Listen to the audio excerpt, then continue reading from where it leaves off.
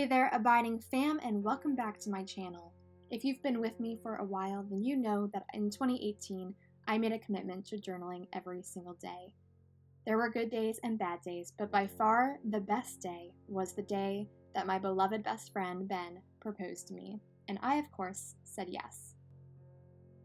Now, Ben was so sweet as to have a friend set up a GoPro, so we have wonderful video and photos of our special day. But I, of course, also wanted to commemorate those memories in my journal as well. Now, I must admit that there was a lot of pressure with these entries. I just wanted them to be perfect because the day was so perfect. And so I definitely spent more time on them than I typically do for my journal entries. But I'm so happy with how they turned out, and I hope you enjoy getting to see their process. I, of course, had tons of photos from that day with the ring, and then from the proposal, and then our little dinner that Ben had set up with our parents afterwards. There was so much to commemorate, and so I, of course, wanted to have more than just one page to fill up with all of those wonderful photos.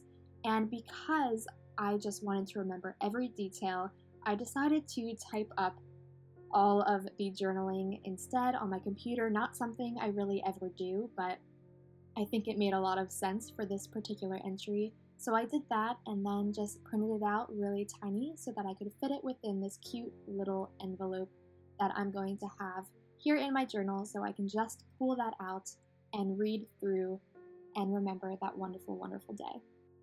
So, confession time, before we got engaged, I found these really adorable journaling cards on clearance, and I just had to have them because they were so inexpensive. So I bought this before we even were engaged or married, but I knew it was going to happen at some point, so I figured, why not get it now? And then I finally had a reason to use it. So I just cut it down to size and then cut this wonderful photo of Ben actually proposing to me to size as well, so that I could create a little bit of a tip in my journal, and then this card would just flip up and then reveal the photo underneath it. And so while I'm doing this, because I think everything I'm doing right now is a little straightforward, I want to just share with you guys about that day and give you kind of my take on it, since my proposal video just shows the actual proposal and there isn't really the story behind it, so I'll share that with you now. So the first question everybody always asks is, were you surprised? And the answer to that is completely. I was so oblivious that day. I look back and I'm just shocked at all of the clues I missed throughout the entire day. I just really didn't expect it to happen in the middle of summer. I thought maybe if he was going to propose, it would happen in late summer or early fall. We had obviously talked about it to some extent.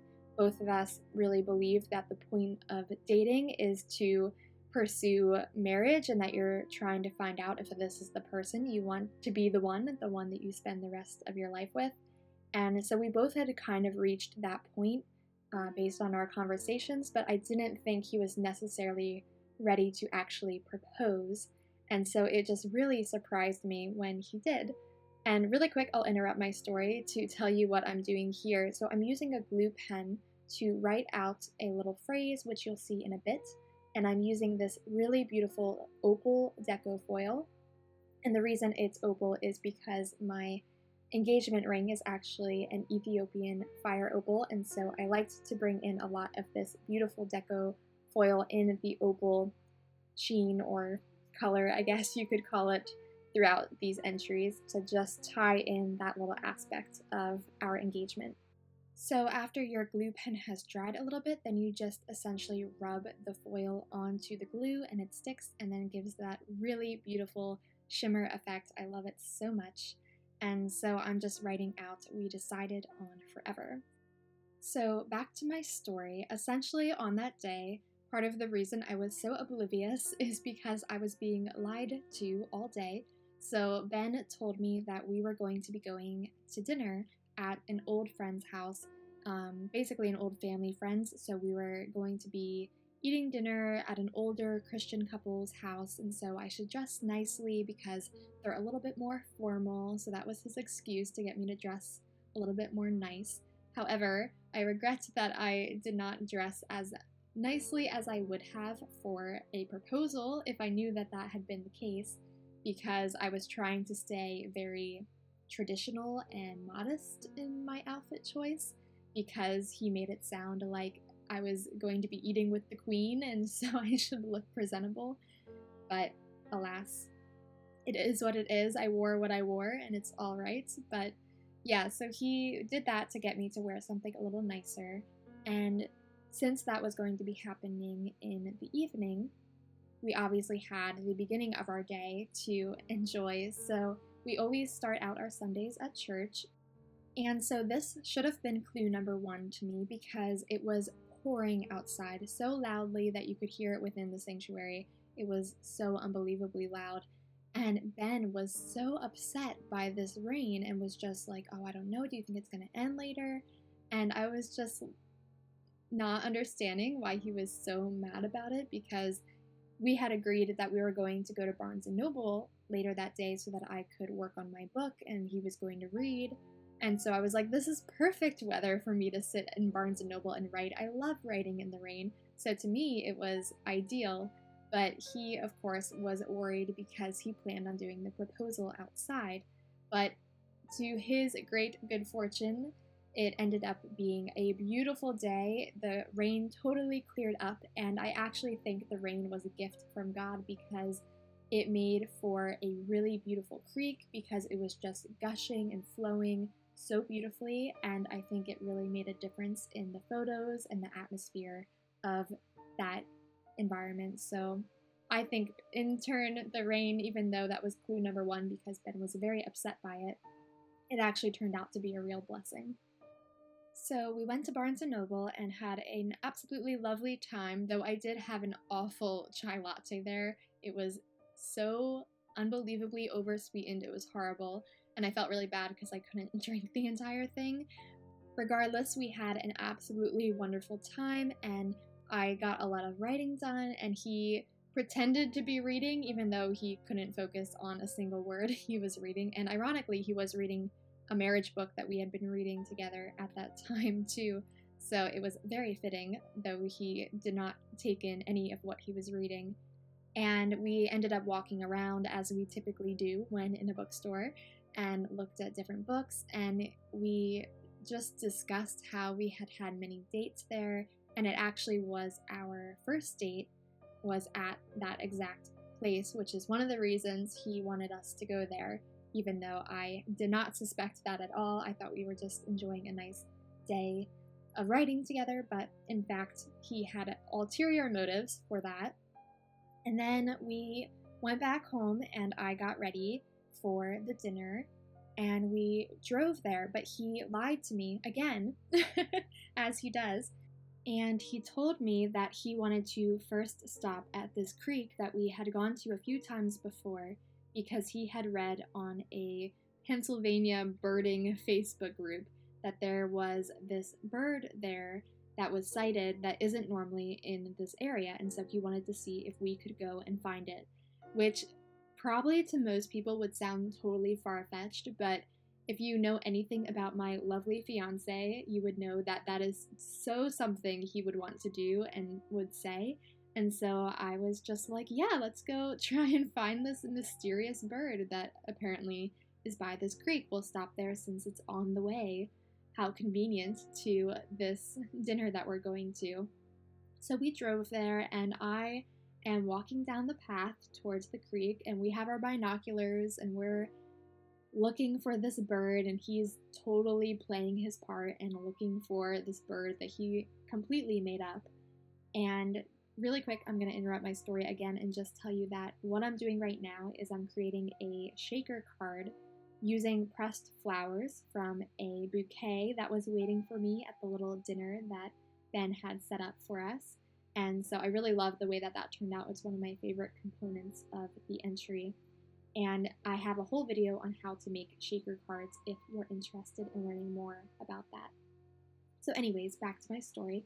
We walk down the path and are looking for this bird, and Ben said it would probably be near the waterfall, which, sure, of course, it's by the waterfall. So I walk down and I'm taking photos along the way, and we get down to the waterfall, and Ben points out this little bottle that is sitting in the bank in the stones, and he tells me to pick it up. And I am still oblivious at this point, guys, which is just ridiculous that I did not catch on by this point.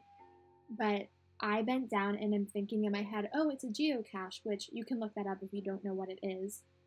But I thought that somebody had left it there, because that's something people sometimes do on hikes, is they leave little treasures for other people to find. And so that's what I thought it was. And so I bent down and I pulled out the little note and began to read it. And literally, guys, I am ashamed to admit this, but I did not realize the note was left specifically for me until I got towards the very bottom, where it said, "A lifetime of love begins with a single question."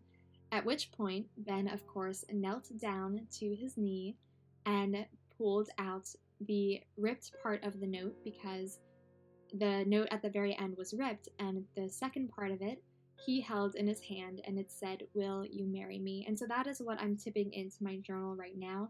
It's actually a copy of the note, because I have the note still in the bottle that it came in originally, but this was a photocopy of that note that he wrote to me. So yeah, it took me very long to catch on, but I just stuck that note in there, and then he proceeded to tell me the most amazing things, and I was in such a blur that I did not remember a single thing he said to me, which I am very, very sad about. But he was very kind and wrote down everything that he said to me so that I would have it for later. So it wasn't exactly what he said, but it was pretty close. So that was very nice of him. But yeah, he just gave me a monologue, which is all I wanted from a proposal, was for the guy to just tell me why he wants to marry me. And he definitely delivered on that. And then after we had taken some photos by the creek, because like I said, he had our friend there with his camera. And so after we walked back down the path, and I am just so giddy and overwhelmed and happy. And then we reached the very end of the path, and our parents are waiting there for us with an entire beautiful picnic set up with flowers and a red checkered tablecloth and great food. And it was so special that he included them in it, and I just broke down and cried. At that point, it was just all too much, and I was just overwhelmed by how unbelievably happy I was, and the knowledge that I was going to get to spend the rest of my life with this man was just the icing on the cake. It was such a wonderful day. He really made it so special, and everything that a girl could want and more. And yeah, so that's my story. And then after we ate with our family, we actually went to the overlook at this lake nearby, and we watched the sunset, and we sat in the grass, and there were fireflies all around us, and we prayed together and just prayed over our future lives. And it was just the most wonderful, special day of my life so far, only to be topped, I'm sure, by our actual wedding in May. So I'm very excited about that, and God help me when it comes to doing those entries, because that's going to be all kinds of new pressure. But I hope you guys enjoyed getting to see this setup, and hopefully didn't mind me doing more of a storytelling journal with me instead of explaining exactly what I was doing. A lot of what I did was just putting down photos and then the tip-in, and then, like I said, that little shaker card is something I have a video on how to make, so you can just check that out. But I really loved the way this entry turned out. I love the cards that I used, and that little ribbon is actually ribbon from the ring box, so that's why that's in there. And yeah, I just love these entries. I love that day. I love remembering that day. I didn't want it to end. It was so, so special. Truly the best day of my life thus far. And I just hope that you have wonderful days like that in your memories as well, and that you commit to remembering them by just finding some way to record them. Your life is so precious. Those memories are so wonderful and beautiful and special, and they really deserve to be commemorated in some way. And for me, journaling is that way. Maybe it's something different for you. So I hope this video inspired you, and I pray that you have days in your life that are filled with as much abiding joy and love as this one was for me, and that you use your abiding creativity to make them last forever.